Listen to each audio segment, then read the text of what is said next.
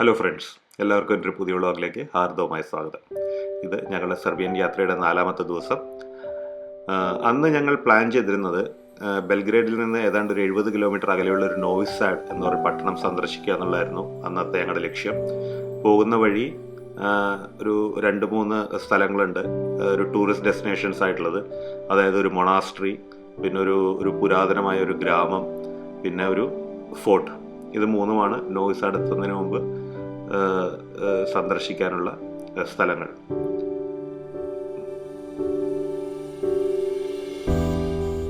പട്ടണം വിട്ട് കഴിഞ്ഞാൽ പിന്നെ അങ്ങോട്ട് ഈ പറഞ്ഞ പോലെ എല്ലാ യൂറോപ്യൻ രാജ്യങ്ങളിലുള്ള പോലെ തന്നെ കണ്ണെത്താ ദൂരത്ത് ഇങ്ങനെ മൈതാനങ്ങളാണ്, പുൽമൈതാനങ്ങൾ.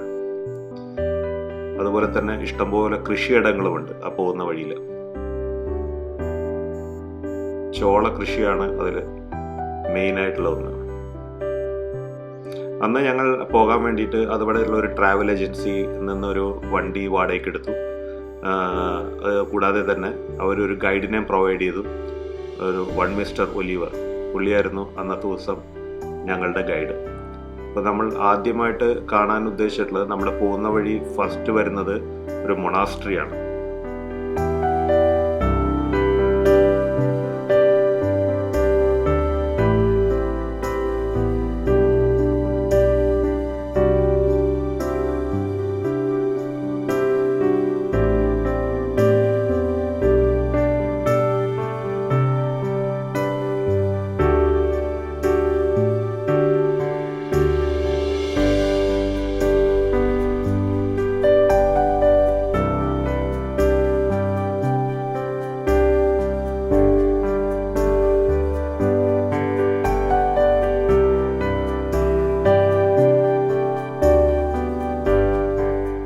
നമ്മളിപ്പോൾ കാണാൻ പോകുന്ന മൊണാസ്ട്രിയുടെ പേര് കുസേഡോൾ മൊണാസ്ട്രി എന്നാണ്.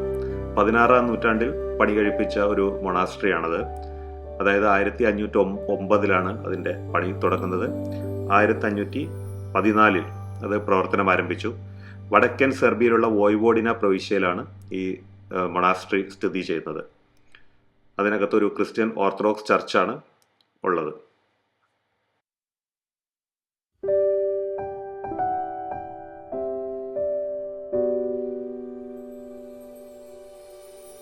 വളരെ ആൾതാമസമുള്ള സ്ഥലമൊന്നുമല്ല ഈ മൊണാസ്ട്രി സ്ഥിതി ചെയ്യുന്നത്. എന്നിരുന്നാലും ചെറിയ കുറച്ച് വീടുകൾ, അതായത് വിരലുണ്ടാകുന്ന വീടുകളെല്ലാം അതിൻ്റെ ചുറ്റുവട്ടത്തായിട്ടുണ്ട്. നമ്മളിപ്പോൾ കാണുന്നതാണ് ആ മൊണാസ്ട്രിയുടെ ഗേറ്റ്. അതായത് ഒരു ക്രിസ്ത്യൻ പള്ളിയുടെ ആകൃതിയിലാണ് ഈ ഗേറ്റ് പണി കഴിപ്പിച്ചിട്ടുള്ളത്. ഇത് പുതിയ ഗേറ്റാണ്, അധികം കാലമൊന്നായിട്ടുള്ള പണി കഴിപ്പിച്ചിട്ട് 2009 ഈ ഗേറ്റിൻ്റെ പണി കഴിപ്പിച്ചിട്ടുള്ളത്. വളരെ വിസ്തൃതമായ ഒരു ഏരിയയിൽ കിടക്കുന്ന ഒരു സ്ഥലമാണ് ഈ മൊണാസ്ട്രി. കുറേ കൃഷിയിടങ്ങളും കാര്യങ്ങളെല്ലാം ഉണ്ട്. നമുക്ക് കാണാൻ പറ്റിയിട്ടുള്ളതെല്ലാം അതിൻ്റെ ബാക്ക് സൈഡിലേക്കാണുള്ളത്, അങ്ങോട്ട് എൻട്രി പെർമിറ്റഡ് അല്ല. ഇതാ ഗേറ്റ് കടന്നു കഴിഞ്ഞാൽ ഉള്ള അതിൻ്റെ ഫ്രണ്ടേജ് ആണ് ആ മൊണാസ്ട്രിയുടെ. വളരെ മനോഹരമായ ഒരു സ്ഥലം, ഭയങ്കര കാം ആൻഡ് ക്വയറ്റ് ആയിട്ടുള്ള. അന്നാണെങ്കിൽ നല്ല തണുപ്പും പിന്നെ അത്യാവശ്യത്തിന് മഞ്ഞും ഒക്കെ ഉള്ള ഒരു ദിവസമായിരുന്നു അന്ന്. ഇവിടെ നമുക്ക് താമസിക്കാൻ പറ്റും. 1-2 ദിവസം താമസിക്കണം എന്നുണ്ടെങ്കിൽ അവിടെ റിക്വസ്റ്റ് ചെയ്ത് കഴിഞ്ഞാൽ അവരവിടെ താമസിക്കാനുള്ള സൗകര്യങ്ങൾ അറേഞ്ച് തരും. അതായത് ഒരു ടൂറിസ്റ്റായിട്ട് താമസിക്കാനല്ല, ഒരു ആത്മീയമായി അവിടെ പോകുന്ന ആൾക്കാർക്കെല്ലാം 1-2 ദിവസം താമസിക്കാനുള്ള സൗകര്യം അവർ ചെയ്തു തരുന്നതാണ്.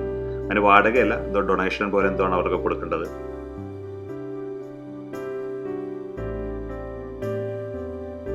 എത്ര ഇരുന്നാലും മതി വരാത്തൊരു ഭയങ്കര സുന്ദരമായ ഒരു കാം ആൻഡ് ക്വയറ്റ് ആയിട്ടുള്ള ഒരു ഏരിയ.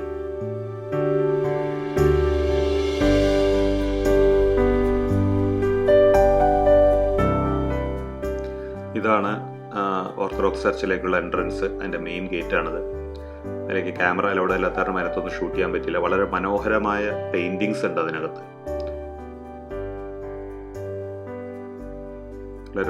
അവിടുത്തെ പ്രസിദ്ധരായിട്ടുള്ള ആൾക്കാർ വരച്ചിട്ടുള്ള പെയിന്റിങ്സ്. അതിൽ 2-3 ലോകപ്രസിദ്ധമാണെന്നാണ് ഗൈഡ് പറഞ്ഞത്.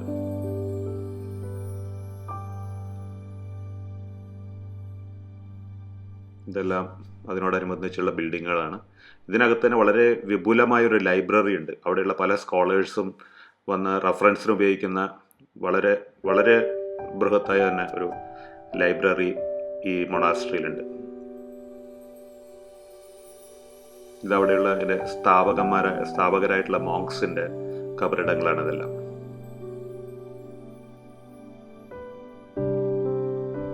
ചില കൃഷിയിടങ്ങളിലേക്കൊന്നും നമുക്ക് അലൗഡ് അല്ല. അതിൻ്റെ ബാക്ക് സൈഡിലേക്ക് ഒരു ഗേറ്റ് ഉണ്ട്. അത് കഴിഞ്ഞ് അങ്ങോട്ട് പുറത്തേക്ക് പോയി കഴിഞ്ഞാൽ പിന്നെ ഏക്കർ കണക്കിന് സ്ഥലമാണ് അവിടെ ഉള്ളത്.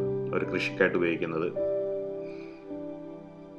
അവരുടെ കൃഷിയിടങ്ങളിൽ നിന്ന് കൊണ്ടുവന്നിട്ടുള്ള സാധനങ്ങളാണ് ഈ പംകിനും ചില്ലി, അതുപോലെ തന്നെ കുറേ സാധനങ്ങളുണ്ട് അവരുടെ.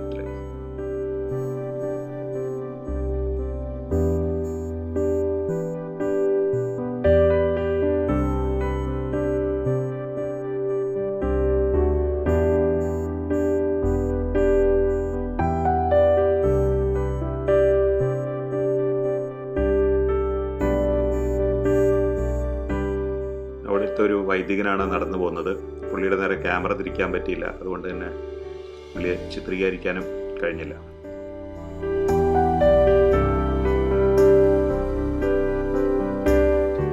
അധികം വൈകാതെ ഞങ്ങൾ അവിടെ നിന്ന് പുറത്തിറങ്ങി. ഞങ്ങളുടെ രണ്ടാമത്തെ ഡെസ്റ്റിനേഷൻ ഒരു പുരാതനമായ പട്ടണമാണ്. 18-ാം നൂറ്റാണ്ടിൽ രൂപീകരിക്കപ്പെട്ടിട്ടുള്ള ഒരു സെറ്റിൽമെൻ്റ് ആണത്. ആക്ച്വലി ഓസ്ട്രിയൻസ് ആണ് സെറ്റിൽമെൻ്റ് അവിടെ രൂപീകരിച്ചത്. സ്ക്രംസ്കി കാർലോസ്കി എന്നാണ് അതിൻ്റെ പേര്. ഞാൻ പ്രൊണൗൺസ് ചെയ്യുന്നത് കറക്റ്റ് ആണോ എന്നറിയില്ല. അവിടെ ഇംഗ്ലീഷിൽ എഴുതി വെച്ചിട്ടുള്ളത് വായിക്കുമ്പോൾ ഏതാണ്ട് ഇങ്ങനെയാണ് വരിക. ഞാൻ പറഞ്ഞ പോലെ 18-ാം നൂറ്റാണ്ടിലാണ് ഇത് രൂപീകരിച്ചിട്ടുള്ളത്. അവിടെ ആകെ ജനസംഖ്യ എന്ന് പറയാനായിട്ട് ആകെ 8750 പേരേ ഉള്ളൂ ഇപ്പോഴത്തെ ഒരു കണക്ക് വെച്ചിട്ട്. ഇപ്പോഴത്തെ വെച്ചാൽ 2011 അവസാനത്തെ സെൻസസ് അവിടെ എടുക്കുന്നത്. അതിൻ്റെ കണക്ക് വെച്ചിട്ട് ആകെ 8750 പേരാണ് അവിടുത്തെ പോപ്പുലേഷൻ. അവിടെ പ്രധാനമായിട്ടുള്ളത് ഒരു കോർട്ടുണ്ട്, ഒരു കോർട്ട് ബിൽഡിംഗ് ഉണ്ട്, പിന്നെ ഒരു ഓർത്തഡോക്സ് ചർച്ച് ഉണ്ട്. ചർച്ചല്ല, കാത്തഡ്രലാണ് ബിഷപ്പുള്ള സ്ഥലം. പിന്നെ ഒരു റോമൻ കാത്തലിക് ചർച്ച് ഉണ്ട്, ഹോളി ട്രിനിറ്റി എന്നാണ് അതിൻ്റെ പേര്. പിന്നെ ഒരു ചാപ്പലുണ്ട്, ചാപ്പൽ ഓഫ് പീസ്. ഇതൊക്കെയാണ് അവിടുത്തെ മെയിനായിട്ടുള്ള സ്ഥലങ്ങൾ. പിന്നെ 1-2 പഴയ സ്കൂളുകളുണ്ട്. അതായത് ഈ മതപഠനം എല്ലാം നടത്തുന്ന 1-2 സ്കൂളുണ്ട് അവിടെ. വളരെ മനോഹരമായിട്ടുള്ളൊരിത്. ഈ കാണുന്ന ബിൽഡിങ്സ് എല്ലാം 18-ാം നൂറ്റാണ്ടിലും 19-ാം നൂറ്റാണ്ടിലും പണി കഴിച്ചിട്ടുള്ളതാണ്. അത് കഴിഞ്ഞ് ഒരു കൺസ്ട്രക്ഷൻ പോലും അവിടെ പെർമിഷൻ കൊടുത്തിട്ടില്ല. പ്രൊട്ടക്റ്റഡ് ഏരിയ ആണ്. അത് കഴിഞ്ഞ് ഞങ്ങൾ അവിടെയുള്ള ഒരു വൈനറി സന്ദർശിച്ചു. ഒരു വൈൻ യാർഡും സന്ദർശിക്കണമെന്നുണ്ടായിരുന്നു. അവിടെ വൈൻ യാർഡൊക്കെ വളരെ ഫേമസ് ആണ്. പക്ഷേ ഇപ്പോഴത്തെ ഒരു സിറ്റുവേഷനിൽ വൈൻ യാർഡെല്ലാം ഇതാണ്, ക്ലോസ്ഡ് ആണ്, നമുക്കവിടെ കാണാൻ പറ്റില്ല. ഇത് അവിടെയുള്ളൊരു വൈനറിയാണ്. അവർ തന്നെ ഉൽപ്പാദിപ്പിച്ചിട്ടുള്ള വൈനുകളാണ് ഈ കാണുന്നതെല്ലാം. അവിടെ ഞങ്ങൾക്ക് വൈൻ ടേസ്റ്റ് ചെയ്യാനുള്ള ഒരു അവസരവും കിട്ടി.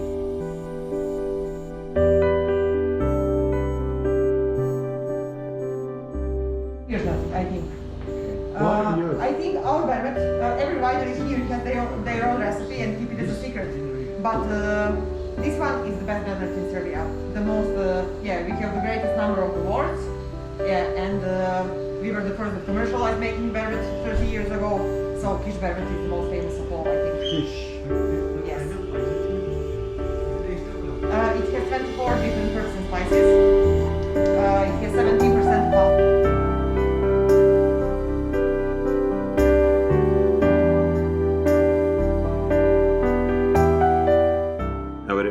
അവരുടെ വളരെ വിശേഷപ്പെട്ട പ്രൊഡക്ട്സ് എന്ന് സൂചിപ്പിച്ച ഒരു വൈറ്റ് വൈനും ഒരു റെഡ് വൈനും ഞങ്ങളവിടുന്ന് ടേസ്റ്റ് ചെയ്തു. മറ്റേ വൈനുകളൊക്കെ അപേക്ഷിച്ച് നോക്കുമ്പോൾ നല്ല മധുരമുള്ള വൈൻ, മുന്തിരി ജ്യൂസ് കുടിക്കുന്ന പോലെ ഉണ്ടായിരുന്നു.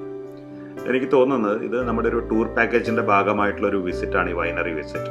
അതുകൊണ്ട് തന്നെ നമ്മളെപ്പോലുള്ളവർക്ക് തരാൻ വേണ്ടിയിട്ട് അവർ വെച്ചിട്ടുള്ളതെന്ന് പറയും നല്ല മധുരമുള്ള വൈനുകൾ.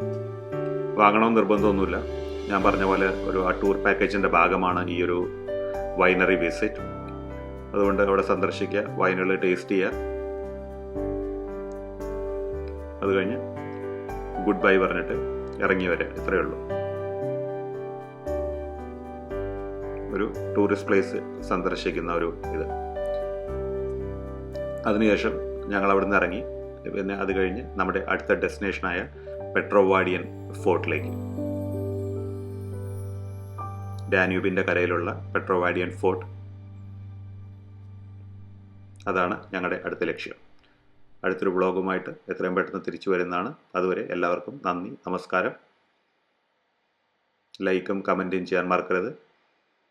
Thank you very much. Thank you for watching.